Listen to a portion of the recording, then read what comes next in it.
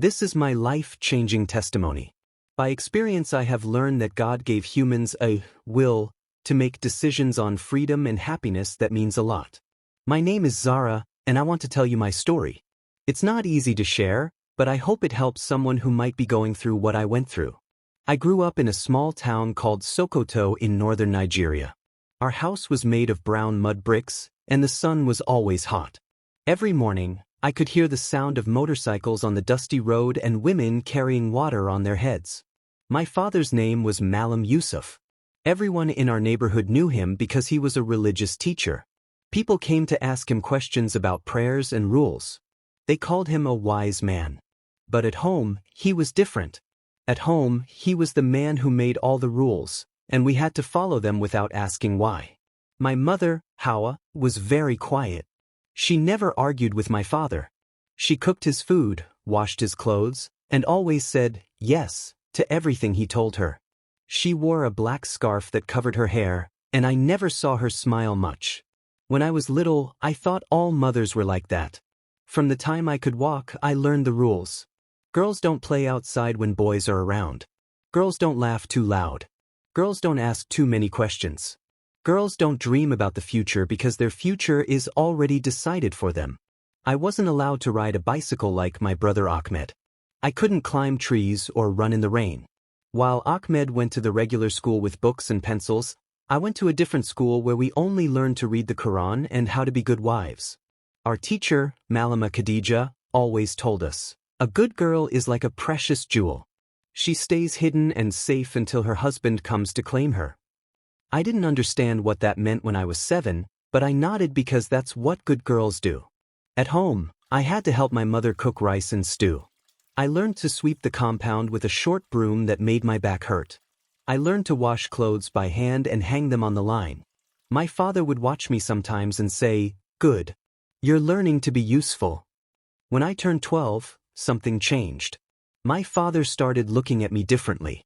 Not angry looks like before, but something else that made me feel uncomfortable. He started saying things like, "Zara is growing into a beautiful young woman," when his friends visited. He bought me new clothes, not the old, worn dresses I usually wore, but bright, colorful ones. He said I was special, that Allah had big plans for me. At first, I felt happy. I thought maybe I had finally made him proud. But then came the strange conversations. He would call me to sit with him in the evening and talk about marriage. Not asking if I liked any boys, that would have been forbidden.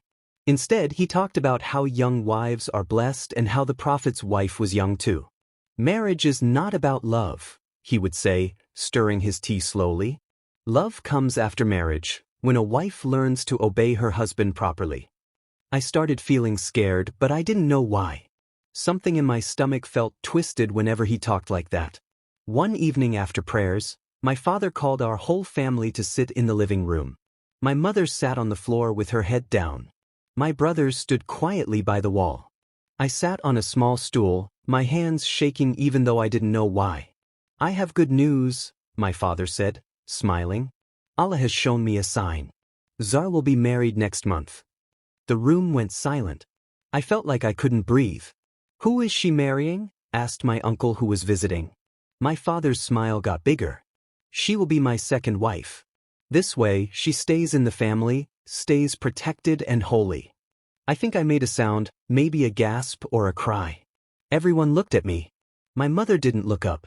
My brothers looked confused. "No way," I whispered. It was the first time I ever said no to my father. His smile disappeared. "This is not your choice to make, Zara. This is Allah's plan. You will obey." That night, I cried into my pillow until it was soaked. I was 13 years old. After that day, everything changed. I wasn't allowed to go to school anymore. My father said I needed to prepare for marriage by learning to take care of a home properly.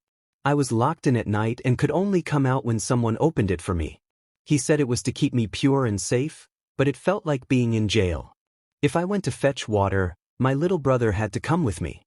If I went to the market, my mother came too, and we couldn't talk to anyone. Every day, he made me recite verses from the Quran about obedience. "Disobedient daughters go to hell," he would say. "Do you want Allah to be angry with you, Zara?" Sometimes I believed him. I thought maybe something was wrong with me for feeling scared and sad. Maybe I was a bad daughter. But then something happened that changed everything. There was a woman named Mama Sarah who sold bread at the small shop near our house. She was a Christian woman with kind eyes and a gentle voice. I had seen her many times before, but we never really talked. One day, my father sent me to buy bread. It was the first time I had been outside our compound in weeks. The sunshine felt strange on my face. When I got to the shop, Mama Sarah looked at me carefully. "You look thin, my dear," she said softly, and said, "Are you eating well?" I nodded quickly because I was afraid to say anything else. But she kept watching me with those kind eyes. As she wrapped the bread, she whispered, "If you ever need help, any kind of help, come to me. Even if it's just to talk." I took the bread and ran home, but her words stayed in my mind. 2 weeks later, my father announced that the wedding would be in 5 days. 5 days. I felt like the world was ending. That night, I couldn't sleep. I kept thinking about Mama Sarah's words. "If you ever need help." The next morning, I made a decision. I told my mother I needed to buy sugar for tea. She didn't want to let me go, but my father was at the mosque, and she needed to cook. I ran to Mama Sarah's shop. She was arranging loaves of bread when I arrived, breathing hard and scared. "Mama Sarah," I whispered, looking around to make sure no one could hear. "I need help. My father, he wants to marry me. I'm only 13. I'm scared." Her face changed immediately. She put down the bread and came closer to me. "How many days?" she asked quietly. 4 days, I whispered and started crying. She hugged me tight. "Don't cry here, someone might see. But listen to me carefully. There are people who help girls like you. I'm going to give you a phone number. Can you find a way to call them?" She wrote something on a small paper and pressed it into my hand. "Hide this. Don't let anyone see it. Call them tonight if you can." I hid the paper in my shoe and went home. That night, I waited until everyone was asleep. I knew my father kept an old phone in his room for emergencies. I had to be very, very quiet. I crept into his room. He was snoring softly. My mother was sleeping beside him. My hands were shaking as I took the phone and tiptoed back to my room. I dialed the number on the paper. A woman's voice answered. "Hello, this is the Women's Safety Line. How can we help you?" I was so scared I could barely speak. "My name is Zara. I'm 13. My father wants to marry me. The wedding is in 3 days. Please help me." "Where are you calling from?" she asked gently. I told her the name of our town. "There will be a white car with a Red Cross sticker on it. The driver's name is Sister Mary. She will take you somewhere safe. Can you do that?" My heart was beating so fast. "Yes," I whispered. "Pack nothing. Bring nothing. Just yourself. If you bring things, they might notice. Do you understand?" "Yes." "Zara, you're very brave. We'll see you tomorrow." I barely slept that night.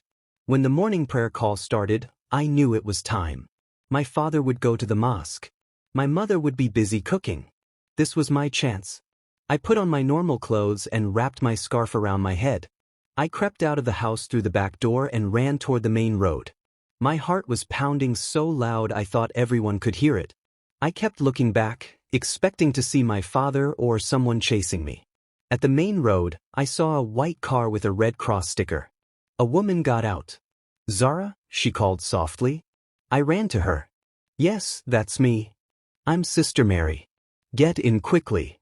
As we drove away from my town, I watched everything I had ever known disappear behind us. I was scared, but for the first time in months, I felt like I could breathe. Sister Mary took me to a house in the city where other girls like me lived. Some had run away from forced marriages. Others had escaped from families who hurt them. We were all different ages, but we all had the same look in our eyes, scared but hopeful. The women who ran the house were kind. They gave us food, clean clothes, and most importantly, they listened to us. They told us we were brave. They told us we deserved to be safe and happy.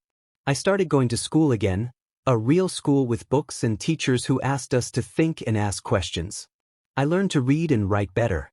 I learned about science and history and math. At night, I would lie in my bed and listen to the other girls breathing softly as they slept. No locks on the outside of our doors. No one telling us what to think or who to marry. It felt like a miracle. The hardest part wasn't running away. The hardest part was learning how to be myself again. For years, I had been told that my thoughts didn't matter, that my feelings were wrong, that my voice was not important. A counselor at the safe house helped me understand that what happened to me was not my fault. She helped me write in a journal every day. At first, I could only write things like, "I am safe today," or "I miss my mother." But slowly I started writing more. I wrote about my dreams.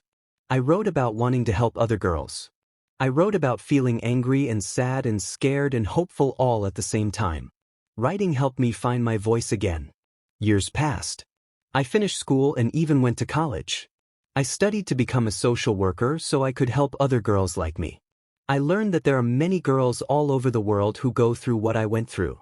Some people asked me if I ever missed my family. The truth is, I missed my mother. I wondered if she was okay, if she ever thought about me. But I didn't miss being scared all the time. I didn't miss being locked up or told that my life didn't belong to me. One day, I got a message that my father had been asking people in the city if they had seen me. He wanted to bring me home. But I wasn't lost. I was exactly where I needed to be. If you're reading this story and you're going through something similar, I want you to know something very important. You are not alone. Maybe you're in a house where you feel trapped. Maybe someone is forcing you to do things you don't want to do. Maybe you've been told that this is just how life is supposed to be. That's not true. You deserve to be safe. You deserve to choose your own life. You deserve to have people listen to you and believe you. There are people who want to help you, even if it doesn't feel like it right now. There are phone numbers you can call, places you can go, people who will believe your story and help you find safety. It might feel scary to ask for help. It was scary for me too.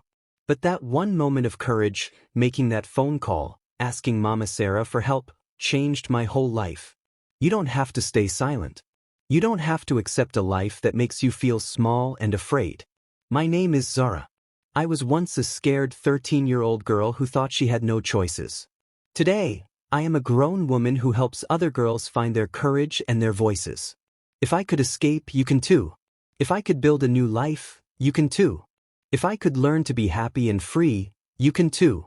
The world is bigger than the place where you feel trapped. There are people in this world who will see you as precious not because you obey, but because you live. Your life is your own. Your voice matters. Your dreams are important. Don't give up. Don't stay silent. Ask for help. You are stronger than you know, and you deserve to be free.